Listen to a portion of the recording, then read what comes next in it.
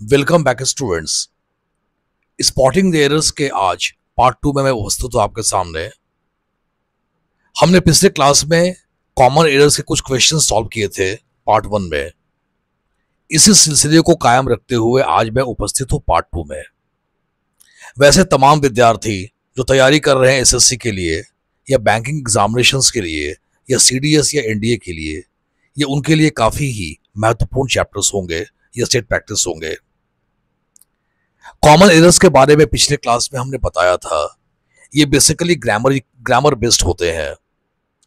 आज हम न सिर्फ क्वेश्चन सॉल्व करेंगे बल्कि आपको क्वेश्चन से संबंधित कुछ कॉन्सेप्ट भी देंगे, ताकि ऐसे प्रश्न या इससे मिलते जुलते प्रश्न एग्जामिनेशन में आए तो आप उसको सॉल्व कर सकें। आइए एक एक करके हम आज 5 क्वेश्चन को सॉल्व करेंगे जो कॉमन एरर्स के होंगे। पहले आप सॉल्व करेंगे, मैं आपको मौका दूंगा, फिर उसके बाद मैं कंफर्म करूंगा कि आप सही है कि गलत है या कहां पर कॉन्सेप्ट में कमी आ रही है। आज का हमारा पहला क्वेश्चन है, many a student have passed the IIT examination, no error D. Part 1 many a student, part B have passed, part C the IIT examination, no error D. आपको कुछ सेकंड्स दिए जा रहे हैं सॉल्व करने के लिए।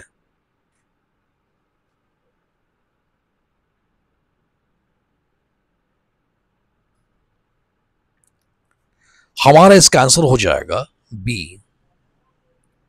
इसलिए बी कि यहां पर हैव का प्रयोग ना करके हम यहां पर हैज का प्रयोग करेंगे। यहां पर हैव गलत हो जाएगा, हैव के बदले हम हैज लगाएंगे। इसका कॉन्सेप्ट ये है कि मेनी ए के बाद आने वाला सब्जेक्ट और वर्ब दोनों ही सिंगुलर होता है। Many a student has pass the IIT examination. Students, many के बाद सब्जेक्ट और वर्ब दोनों ही प्लूरल होते हैं। जैसे मेनी बॉयज आर कमिंग, और मेनी ए के बाद सब्जेक्ट और वर्ब दोनों ही सिंगुलर हो जाते हैं। Many a boy is coming. Many birds are flying and many a bird is flying. Many students have committed mistake and many a student has committed mistake.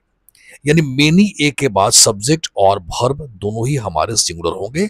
इससे यहां पर हमारा आंसर हो जाएगा हैज, यानी कि हमारा फर्स्ट का आंसर हो जाएगा बी। आइए question number 2। On the time A of the opening ceremony of the theatre, B, a large crowd had assembled, C, no error D। कुछ सेकंड्स आपके पास है सॉल्व करने के लिए।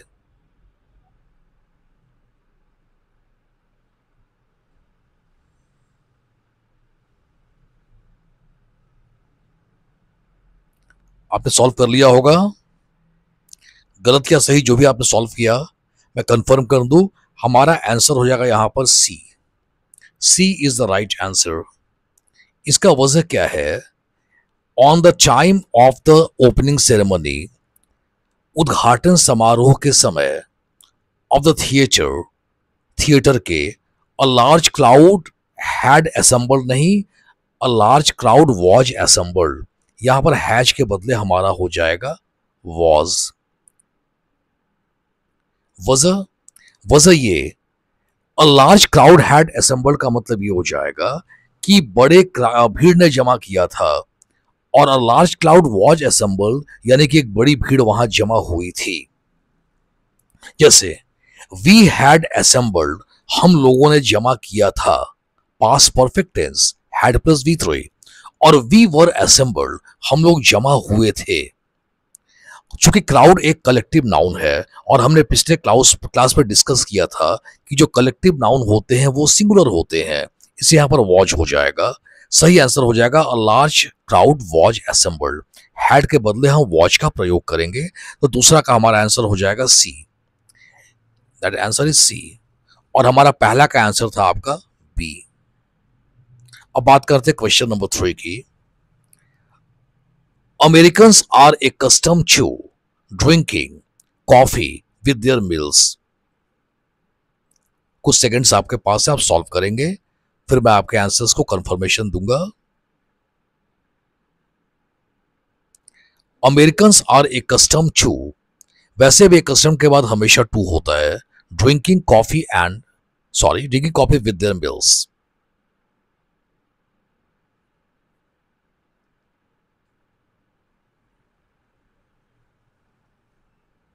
उम्मीद है आपने सॉल्व कर लिया होगा, मगर यहां पर आप परेशानी में भी पड़े होंगे। ये हमारा नो एरर है, इसमें कोई सब हमारा गलती नहीं है।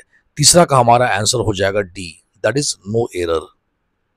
इसका वजह क्या है कि ए कस्टम टू के बाद आने वाला वर्ब हमेशा आईएनजी फॉर्म में होता है, याद रखेंगे। आम तौर पर टू के बाद हमेशा वर्ब का फर्स्ट फॉर्म यूज करते हैं, लेकिन एक कस्टम टू के बाद जो वर्ब आता है वो आईएनजी फॉर्म में होता है, जो जीरंड फॉर्म में होता है। दरअसल यहाँ पर जो ड्रिंकिंग शब्द है ये आपका, ये हमारा जीरंड है जो नाउन के रूप में आया है। आप सामान्य रूप से याद कर लेंगे ऐसे क्वेश्चन में एरर को बनाने के लिए कि कस्टम टू के बाद आने वाला वर्ब हमेशा आईएनजी होता है, और एक कस्टम टू का मतलब होता है अवगत या आदत होना। Americans are a custom to drinking coffee with their meals. America वासियों को अपने भोजन के साथ कॉफी पीने की आदत है। हमारा क्वेश्चन नंबर 3 हो जाएगा D, that is question number 4। He asked whether either of the brothers were at home. बनाएंगे आप।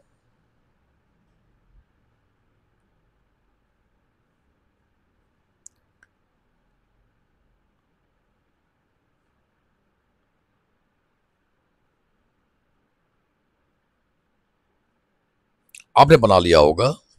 हमारा आंसर हो जाएगा सी इसका, क्योंकि यहां पर वर के बदले हम यूज करेंगे वॉच का। वर ना हो करके यहां हम वॉच का यूज करेंगे। आइदर ऑफ के बाद आने वाला नाउन प्लूरल और वर्ब सिंगुलर होता है। हमने कहा आइदर ऑफ के बाद जो नाउन आता है, जैसे यहाँ ब्रदर्स है, ये हमारा प्लूरल हो गया, और यहाँ वर के बदले वॉच यानी सिंगुलर वर्ब का यूज करेंगे। जैसे either of the questions is, either of the towns is, either of the students is, यानी आइदर ऑफ के बाद सब्जेक्ट हमारा प्लूरल देख रहे होंगे आप ब्रदर्स है, और वर्ब यहां पर सिंगुलर हो जाएगा, यानी वर के बदले हम वॉच का यूज करेंगे। तो हमारा आंसर नंबर 4 हो जाएगा सी। अब बात करते हैं क्वेश्चन नंबर 5, आज का आखिरी सवाल। My uncle has left for Mumbai last Saturday.